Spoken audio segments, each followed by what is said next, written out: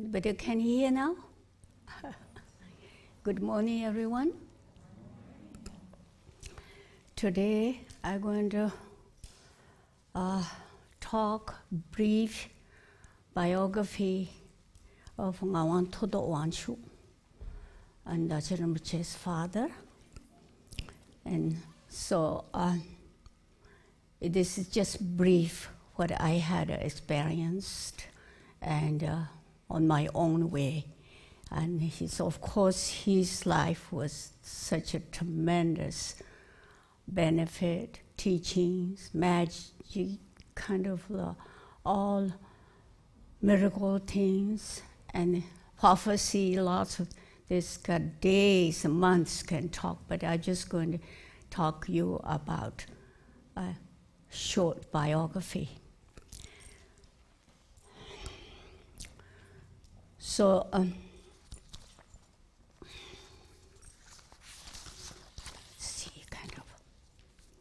His Holiness Ngawang Thutup Wangchuk was born in Iron Bird, and the Tibetan calendar, I think it's the 15th century they call, but it was 1901 with a very auspicious signs and auspicious day he was born. And his father, Zamling Chegawangdu, who gives him name right away to Ngawang Thutup Wangchuk, Tashu Yenden Janso, Tashi Taba Janse Ba Sambo, the long name. And he gave that, and his father, and he gave it all his youth teaching. And so he was, his mother's name is Semo Trichen Ngawang, which was the from the noble of the Temba Lhasa noble family, whose ancestor was Tumi Sambodha. Many of you read Tumi Sambodha. The family, Tumi Sambodha himself, brought the first Tibetan literature from India, alphabet. The father and mother had 2 sons, and Ngawang Thutup Wangchuk, and younger brother is Tashitsa Jangwe, which I don't know full name, and I never met him. And anyways, Ngawang Thutup Wangchuk had many teachers all over his time, and he studied not only just the Buddhist spiritual things, but he studied science and mathematics, medicine, all 5 things he studied at that time, and he had many lamas and teachers. His main root lama was the Ngawang Thutup Wangchuk's main root lama is the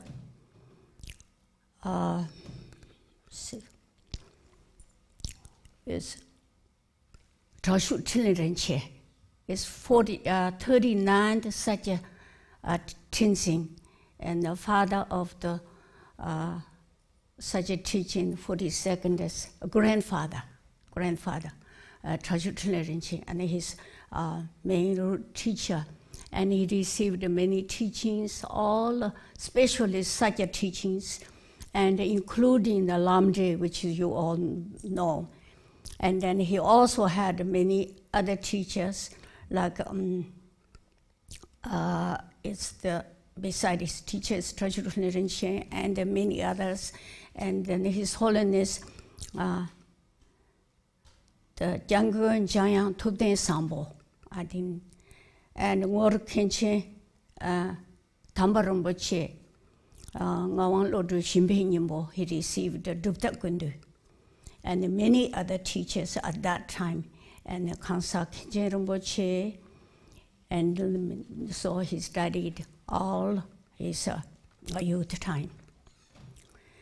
His Dagmo, Ngawang Thutup Wangchuk's Dagmo is Dagchen Roma, who was from Lhasa Noble and called it's a Muja Charipa, which is very high, well-known as a daughter from the Lhasa Noble. And they had 2 Dungses, sons, and 5 Jutsumas, which is 5 daughters. And so his first child, Jutsuma, is Jutsun Tupten Omo. And then Jutsun got some children. Second, many of you met Lama Kala, who lived here and passed here. And then it's the third ones, and Dongse Jigdal Trichen Ngawang Thutup Wangchuk.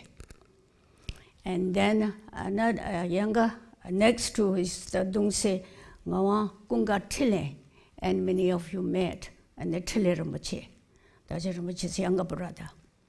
And then Trichen Ngawang, and we call it Lama Trichen La, Trichen Ngawang. And then Trichen Ngawang, and the Lama Chimela we call the Chime Gyatso, who's here. And then the youngest one is the Trichen Kusho Sakya, is Guiyang La we call Guiyang Noble, and those all 3 he living here. So when he finished his all the teachings and study, especially many retreats, and so then he became an 40th Sakya Trichen, and he was 37 years old. Not only did he give so many teachings, and also renovated many temples built by, ordered by him, and he organized all the precious sacred Sakya books. Some of you been in Sakya, and the Sakya books is the whole world. They call the second gate of the Sakya books. These books are like written by gold, silver, and all handwritten, just the whole wall in the Sakya. And they all so old, mixed, and cannot organize, so he put it together and usable reading, and he made. And beside that, his, books, and beside that, his many imported things like the temples, decorations, and paintings like Tibetan called tankas, and inside the temple. And he also renovated such a Lagang Temple. Lagang Temple was old, and some are the cracked down, so he renovated. And many, of course, his miracle things like finding the rocks, woods, and things from around the Sakya area is kind of there. He told where to go, where to get like rocks, and he did that. He was an emanation of many bodhisattvas. They counted like 12 of them from India and Tibet and all, including the Giant Chense Wangbo, what I talked to last time. And he was also very busy with taking care over all the Sakya monasteries in Tibet, because he was Sakya Trichen, so he have to take care of that. And then central government, Lhasa and Dalai Lama's government, and often orders to do the special prayer and for the government, and also the pujas, and also do the government ask to pray for His Holiness Dalai Lama's long life, and he has to do that often. And then one time, and such a central government ordered him to say that there's a holy stupa built by Pamasambhava in the 8th century in west area, what they call Pamo Patang, which is well known. And the stupa was kind of worn down, was too old, falling down. They asked him to go there, renovate that, and do consecration.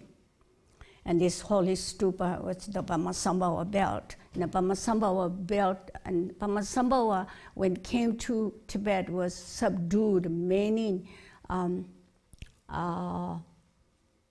do you call, local non-Buddhists, and causing the bad for the sentient beings. The Pamasambhava was subdued, and lots of those become in Buddhism. Is like Pamatang Patang. When you say that, when we read Pamasambhava, many of you read in Pamasambhava books and things, and it says Pamatang Patang Tempachuni Tamla Ta, which is Tibetan Pamatang. When Pamasambhava came, he subdued, and to bring back in Buddhism, there's 12 deities, local deities. And where there was the stupa was there and falling down in the west part. So the central government asked him to go there and to rebuild. So when he and his whole family went there, and the stupa was in hillside, high hillside. There was no water, and had to carry water by horses, donkey, and people carry from the valley, a river, and to use the drinking, and the stupa will probably take forever. So the Ngawang Thutup Wangchuk, and he did a special pray, meditation, and pray, and then he Thutup Wangchuk pushed his cane and down the mountainside ground. At the time, water came out and flooded all over. Even there, they had a tent. The tents all flooded with water. And then they can start the stupa and renovated the stupa. And then these things all in such a history, and especially there's a particular prayer they call it Rinziku, which is each of Sakya lineage done something special on their miracle things. They write that, they read, and they do them. And then the other one, then after that, he went to West Tibet. There was Nubri, which is the northern part of. There was lots of snow melted from the mountain, and those times, like my time, early my time, and we have no transportation vehicles, only by horse, yaks, and mules. So they were traveling, and the snow mountain melted, and a big river, but they cannot cross it. So, and there's no town, nothing. So sometimes when we go like days and days without to see anybody around. So he traveled that, and the water is flooded. You cannot stay on the other side. So he did very medical things, and he said, "I'll go first, follow me." So everybody in the middle of water went opened. So he went across it. And many other group said they didn't want to take a risk. Then the water went back, and they left behind a few days without. So these things like magic, it's not only just that. This is one in the Rinziku I learned. So I always learn that, very interesting. So that's why I'm just telling what of flooded. So that's how he did the magic things or medical things, whatever. There were many medical and many places wherever he went to. India, Nepal, Central Tibet, which means Lhasa, and West Tibet, which is like Shigatse, Yangtze, Sakya, and then De, which means the West Tibet is like Mustang, and he did so many medical things, and then he has done. So when I first met His Holiness Ngawang Thutup Wangchuk at the Sakya in Tibet, and my uncle and I, we were waiting till he returned from Lhasa, which is the, he went to Lhasa, government invited to the puja, and all the Sakya teachings have to go once their lifetime and do tremendous puja, and Lhasa government invites and do all the pilgrimage around, visiting His Holiness, and do the prayer, special prayer for His Holiness, receiving some teachings from His Holiness, Holiness Dalai Lama. So they've been in Lhasa many months and came back to Sakya. So when he returned, the Sakya, he and his family, holy family,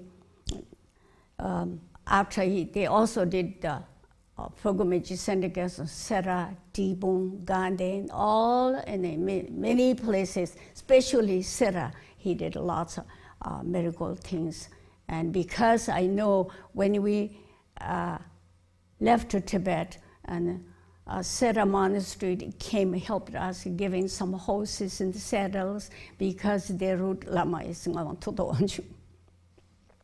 So when he returned from, they called this trip is Upik, great visiting to central government in Lhasa.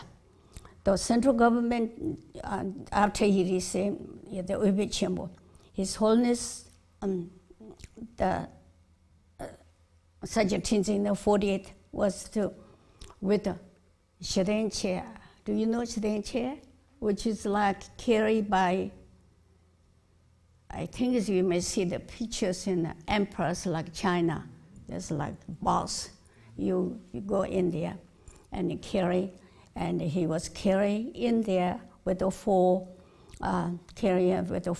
men with a very elaborated matching yellow silk and bouquet, this outfit with hats, shoes, hat with lots of red tassel, and also his wife, Dagmo Kusho, was carrying another Sharing chair, which is all green, and 4 months.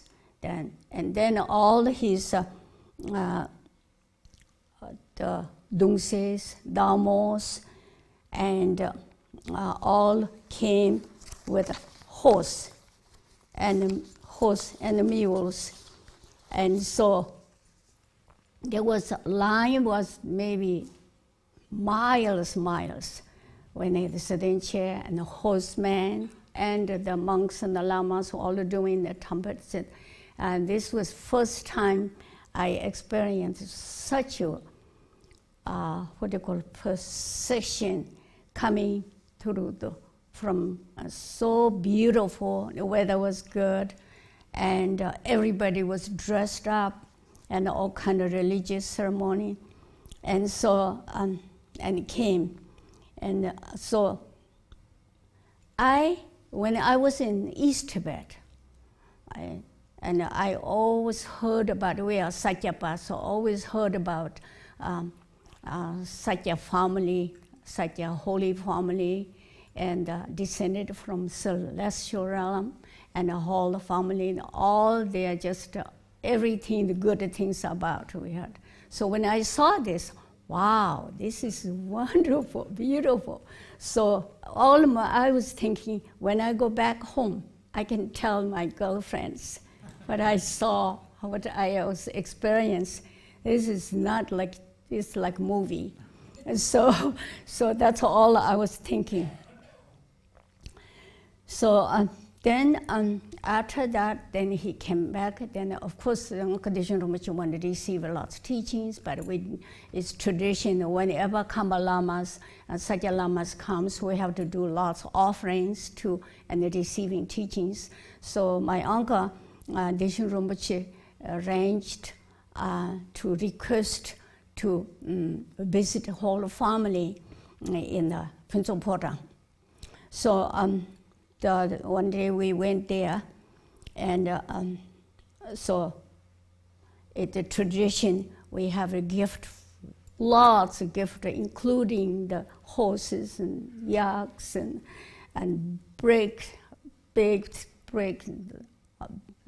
tea, and all the kind of books of silk and all. This is tradition of Lama have to give. So, and also beside that, teaching Rinpoche, we have to give to the Dongses and Juzumas, and they had in the Sakya Pinchopora, they had Jagalhanga, which is when a visitor room about this size, and he's all sitting on throne and lined up, all his Dongses and Damo, Juzumas all around, and my family, we visited.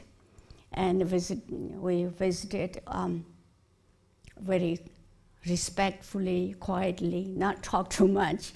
But His Holiness Ngawang Thutup Wangchuk and Uncle Deshin Rinpoche was talking some religious things, discussing things. But then other than that, we just looking at each other, smiling. That's all.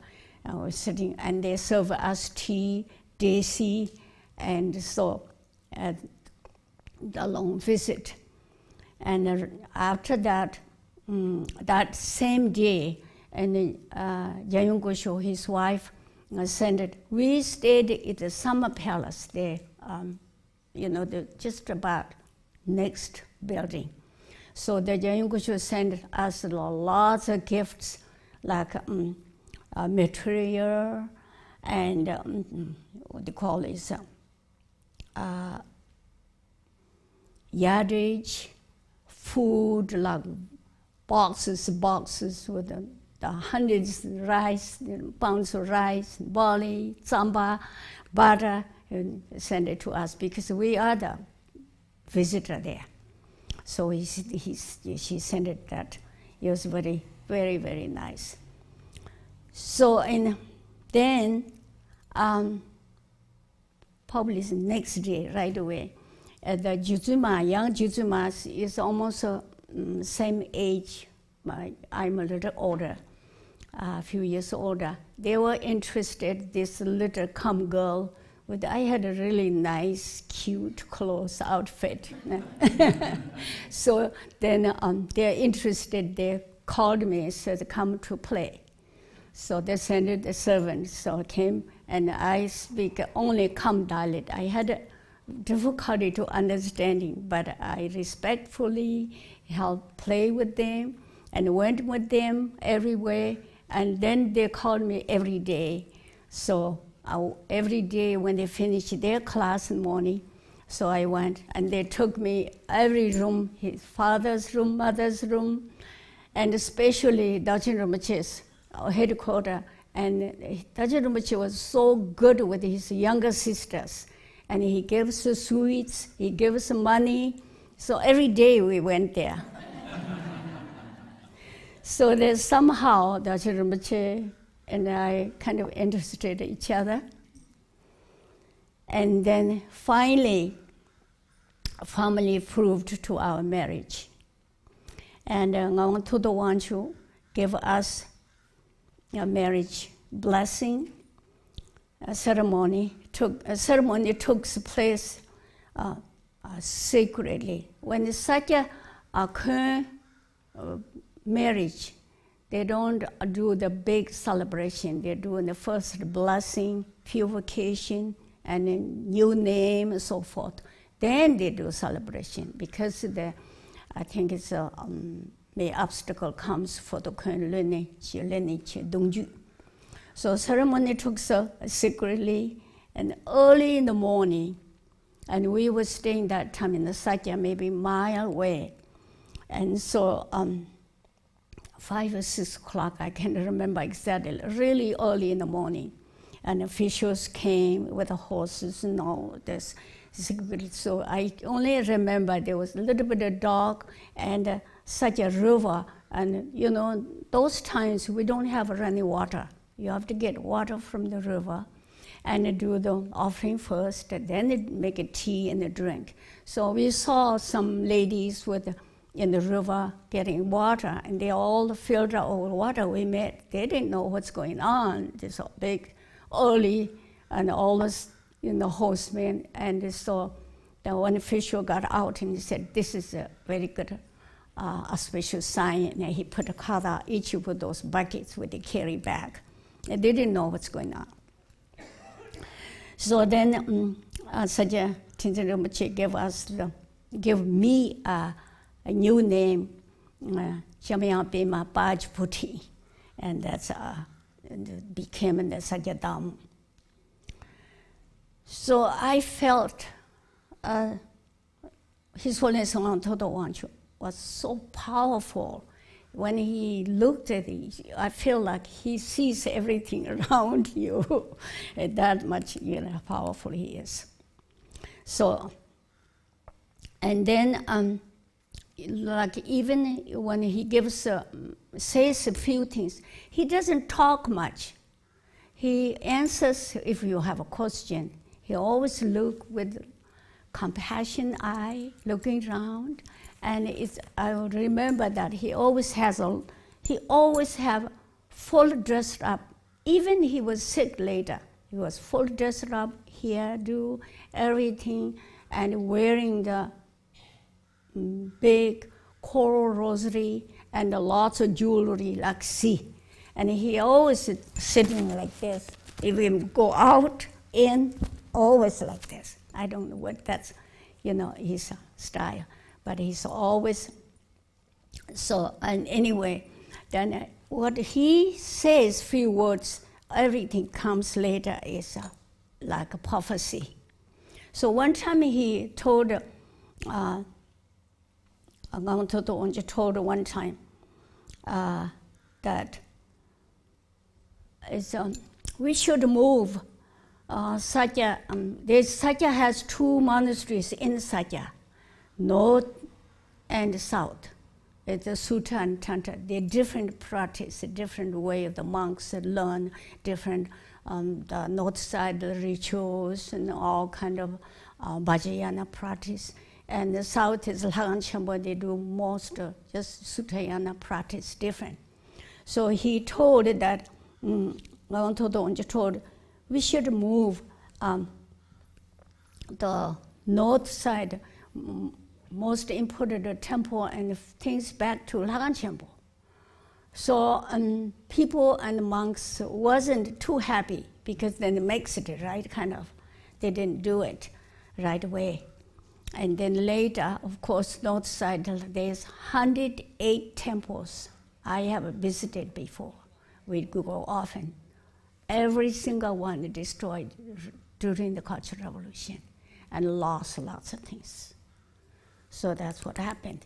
And after I've been back 3 times, there's kind of building back just some stupas, little things, but it was all gone. You could have moved some important things back to. And the Lagan Champa, south side temple is remained. And they didn't destroy it because they built by Dzongkha Chögyal Papa time and strong connected with China. And Mao Zedong himself said, don't destroy that temple.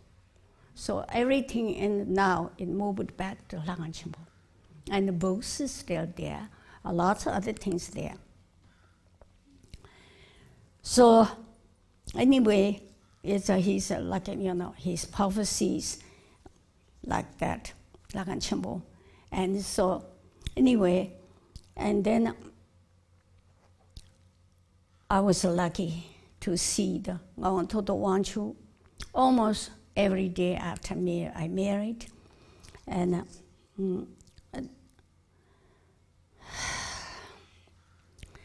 Dagchen Rinpoche and Jutsumas often, Dagchen Rinpoche and Jitsun Tupten Wangmu, and always with the Dagchen Rinpoche, morning to night, right after breakfast. And Jitsun Tupten Wangmu, the oldest daughter, who serves his food after they cook brings, and do hairdo, dress, always there. And Dagchen Rinpoche is always with him. I get to see only Dagchen Rinpoche when he come home evening after. And so Dagchen Rinpoche do the official Sakya things because all his serving and some government things and the Sakya monastery things. Those two are always with Ngawang Thutup Wangchuk. I seen it. And I had to do the lots of chores of put to help the Dagchen Rinpoche's mother. And he was so kind, and Ngawang Thutup Wangchuk. So I never seen him kind of mad or scolding any the servant or anybody. It's always such a calm and a loving, carried all the families.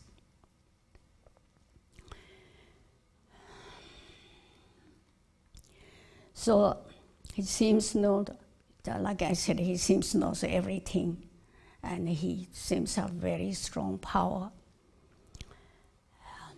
And then he loves his family, and we almost every day, like lunchtime, we get meal together, and we get meal together here, Jitsumas, Dungses, and for big family together. But we don't eat like one table. And everyone stay in line, and each one get the tray and bring by our own servants. So we get to eat that way. And so it was so wonderful and experienced with all this. When I say, I can't even put the word, because today is everything is modern, everything easy to. Those times everything was like old-fashioned, old things doing. Even you go to place takes some months and days, and if you make a tea, it takes a long time. So that it's really hard to. Some of these, when I look back, it's just like dream, everything. So anyway, I was very lucky and blessed by many holy bodhisattvas, and get to see and get to know. And so I think I'm lucky, and living today, probably the oldest one around all our monastery congregation, and the oldest one in my family. And so anyway, this is what the Ngawang Thutup Wangchuk like. Ngawang Thutup Wangchuk, the extraordinary human being. And one time, my best time I had with him, we went to hot spring. He goes hot spring once or twice a year, and 2 weeks or so. We have special hot spring and the Sakya nearby, and so not do much pray or not do much ritual or anything. Just enjoying and go water. So wonderful that we get to see every day. And these hot springs, they have a different, each disease, each the water you can go. So that time, my best time with him. So I get to see and eat good food, enjoying. I always with the Jitsumas playing outside and catching rattlesnakes, which I didn't like it, but they loved it doing things. So anyway, that's what I had. And he was the one of holiest. And of course, he had lots of other prophecies when the Chinese coming and so forth. He passed away before the Chinese came. So this is a short bio, and I'm sure many of you, all of you, is a student of Dagchen Dorji-chan, and I'm just trying to tell about his Holy Father, who was very, very close to him. And he was with him all the time, even passing day. Thank you very much.